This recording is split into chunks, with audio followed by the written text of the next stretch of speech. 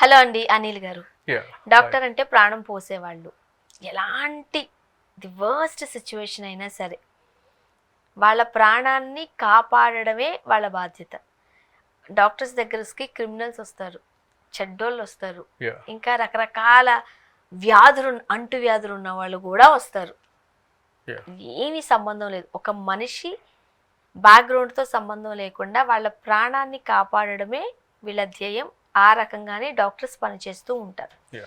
Corona లాంటి మహమ్మారి ప్రపంచాన్ని వణికించేసినప్పుడు ఎంతోమంది డాక్టర్లు పేషెంట్లకి సేవలు చేస్తూ ప్రాణాలు కోల్పోయిన డాక్టర్లు ఉన్నారు, నర్సెస్ కూడా ఉన్నారు. Definitely, yes. నర్సెస్ Yeah, ఉన్నారు, yeah, yeah. We have మహిళలు ఉన్నారు. మనం ఎంత బాధపడ్డామో మనకు తెలుసు. Yes, yes, yeah. We have appreciated them. Yes. మొత్తం అపార్ట్మెంట్స్ అంతా వచ్చి క్లాప్స్ కొట్టి అవును, doctors are life givers, nurses కూడా, లైఫ్ సేవర్స్, మహిళలు లైఫ్ కూడా, సేవర్స్. చిన్న పిల్లలు కూడా ఉన్నారు. 20s ఏజ్ వాళ్ళు కూడా ఆ రోజు ఫేస్ చేసిన ప్రాబ్లమ్స్ మనం చూసాం. అయితే ఇప్పుడు సెకండ్ వేవ్ మీన్స్ కరోనా ఇప్పుడు మళ్ళీ విజృంభిస్తుంది. ఈ మాటల టైంలో ఫస్ట్ కరోనా వచ్చినప్పుడు కొంతమంది మాట్లాడుకున్న డాక్టర్స్ ఆడియో లీక్ అయింది. సోషల్ మీడియాలో దుమారం రేపుతుంది, ఆ కరోనా పేషెంట్ ని ముందు చంపేయండి అని. అంటే ఇంత కర్కసత్వం డాక్టర్లో ఉంటుందా? కొంతమంది అది నిజంగా అని లేదు. సో అక్కడ కూడా భిన్నాభిప్రాయాలు. మీరేం చెప్తారు? డాక్టర్ నోట్లో నుంచి అట్లాంటి మాట్లాడటం అంటే అసలు వాని సర్టిఫికేట్ తీసుకుని లోపల పడేయాలి first. Last doctor is not suppose to say that.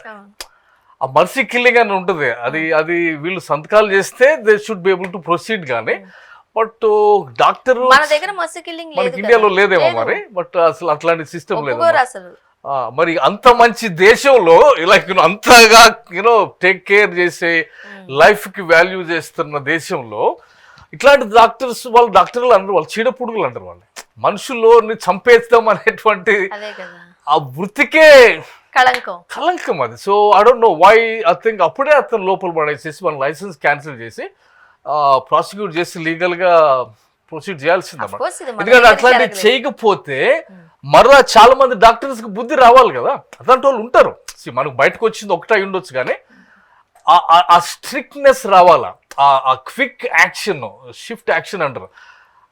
చట్టాలు వాడుకోవటం అనేది మన వాళ్ళు కూడా తెలుసుకోవాలి ఖచ్చితంగా. అట్లాంటి ప్రొసీడింగ్ జరిగి ఉన్నట్టుకైతే లోపలేసి మీడియాలో కొంచెం బయటకు తీసుకొచ్చినట్టయితే మిగతా డాక్టర్లకి అందరూ బుద్ధి వచ్చేది.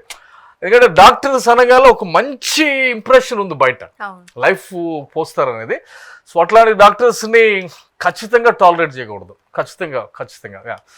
So I think at least now I think it should be prosecuted ఖచ్చితంగా. ముఖ్యంగా ఈ కరోనా టైంలో ఎంతమంది ప్రాణాలు కోల్పోయారో, వాళ్ళకి సేవలు చేసిన డాక్టర్లు ఎంత సఫర్ అయ్యారో మనం చూస్తూనే ఉన్నాం.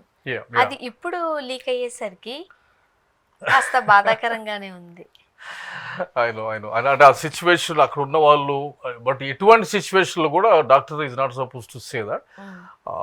ఆ టైంలో డాక్టర్స్ కున్న వాల్యూ కానీ ఆనర్ కానీ was very very high across the country. So I think ఆ వృత్తి రెస్పెక్ట్ ని కాపాడాలి డాక్టర్స్.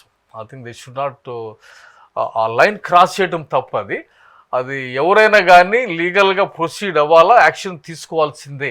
మేబీ అలాంటి సిచ్యువేషన్ ఎందుకు వచ్చింది అంటారు? ఒకసారి అటువైపు నుంచి ఆలోచిద్దాం. Patient probably would have reached hopeless condition జరిగి ఉండొచ్చు, to save somebody else. Maybe there was no other options కాదు, ఫెసిలిటీస్ లేవు అప్పట్లో. చాలా మంది ఓవర్లోడ్ అయిపోతున్న హాస్పిటల్స్ ఉన్నాయి కాబట్టి ఆ టైంలో వాళ్ళు మాట్లాడి ఉండొచ్చు అట్లాంటిది. కానీ but still they are not suppose to. కానీ ఆ తర్వాత మనం వింటున్న తర్వాత కరోనాతో ఎవరైనా చనిపోతే వాళ్ళని గుట్టల కింద వేసి చాలా మందికి ఆ ఫ్యామిలీస్ కి బాడీస్ కూడా ఇవ్వలేదు. అవును. దారుణంగా అసలు ఎవరికి ఎక్కడ ఖననం చేశారు, ఎక్కడ ఏం చేశారు, ఇవి ఏమి తెలియని సందర్భాలు. అవును తెలియదు. చూడటానికి కూడా ఎక్కువ మంది వెళ్ళిన పరిస్థితులు, ఇంట్లో వాళ్ళని రానిలేదు. తండ్రి చనిపోతే పిల్లల్ని రానిలేదు, పిల్లలు చనిపోతే తల్లిదండ్రుల్ని రానివ్వలేని పరిస్థితి, వెళ్ళడానికి కూడా భయపడిన పరిస్థితి.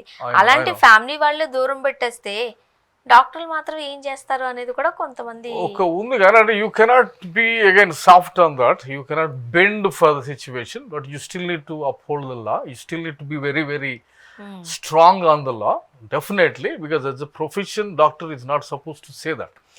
So I think definitely not tolerable, అది ఖచ్చితంగా సహించకూడదు. సో ఖచ్చితంగా దానికి సంబంధించిన లీగల్ యాక్షన్ తీసుకోవాలా, because there is always an alternative. సాధారణంగా మనకి ఆర్గన్స్ ఏమి పని చేయకపోయినా జస్ట్ ఊపిరి ఉన్నప్పటికీ వెంటిలేటర్ మీద పెట్టి ఎన్ని సంవత్సరాలుగా దాన్ని నెలలు ఉంచుదామంటారు. సంవత్సరాలు గడిపిస్తేటోళ్ళు ఉన్నారు. ఉన్నారు. డబ్బులు ఉన్నాయంటే మనం చేసుకునే వాళ్ళు కూడా ఉన్నారు. సో కాదనలేము. డాక్టర్స్ కూడా అది తీయడానికి ఇష్టపడరు, ఆ మాస్క్ తీయడానికి ఇష్టపడరు. అట్లాంటిది వీడిని వేసేసేయండి, బెడ్ ఖాళీ చేసేయండి. అండ్ అక్కడ మాట్లాడే వాయిస్ కూడా చాలా బాధాకరంగా ఉంది. అందుకోసమే ఖచ్చితంగా ప్రాసిక్యూట్ చేయాలా. అది ఎప్పుడైనా కానీ ఇప్పుడు కన్నా దానికి లీగల్ యాక్షన్ తీసుకోవాల్సిందే, తీసుకోవడం తప్పు కాదు. ఎందుకంటే ఆ లీగల్ యాక్షన్ తీసుకున్నప్పుడు it sends a message to other doctors. ఆ యాక్షన్ తీసుకోకపోవటమే డైల్యూట్ అవుతుంది క్వాలిటీ ఆఫ్ వర్క్ అనేది. ఆ డాక్టర్ వృత్తికి ఉన్న రెస్పెక్ట్ పోతుంది. రెస్పెక్ట్ పోయినప్పుడు యు లూజ్ క్రెడిబిలిటీ. అండ్ మరీ ముఖ్యంగా ఈ డాక్టర్ ఆ వృత్తిలో ఉన్నప్పుడు కొన్ని అసలు మనం చూడలేము, వాళ్ళ గురించి మనం మాట్లాడలేము కూడా. అలాంటి వృత్తిలో ఉన్న వాళ్ళు కరోనా కాబట్టి వాళ్ళ వల్ల, అంటే ఎవరైతే ఒక పేషెంట్ గురించి మాట్లాడుతున్నారో ఆ పేషెంట్ నుంచి మరికొంతమందికి స్ప్రెడ్ అవ్వకుండానో ఇంకొంచెం జాగ్రత్తలు తీసుకోవడానికో కొంతమంది ఏమైనా కఠినతరంగా వ్యవహరించారా? ఇప్పుడు డాక్టర్లో ఉండే లొసుగులు ఇవన్నీ బయటపడతా ఉంటాయి, మరొకసారి హాస్పిటల్స్ దందాలు బయటపడుతూ ఉంటాయి. వ్యవహరించారు వాళ్ళు ఆ టైంకి తగినట్టుగా. అంటే నేను actually want to change the topic now. అవన్నీ చేశారు, ఒక డాక్టర్ ఇట్లా మాట్లాడేది ఇవన్నీ ఉంది కానీ, బట్ ఆ టైంలో nobody questioned Prime Minister.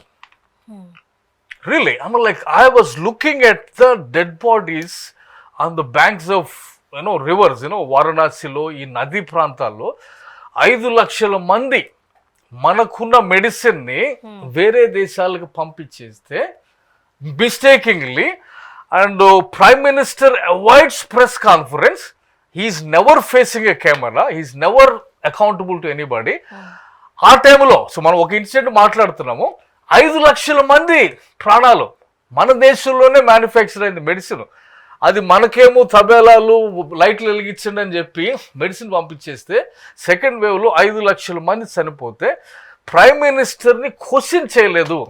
అది మన దేశం యొక్క దరిద్రత.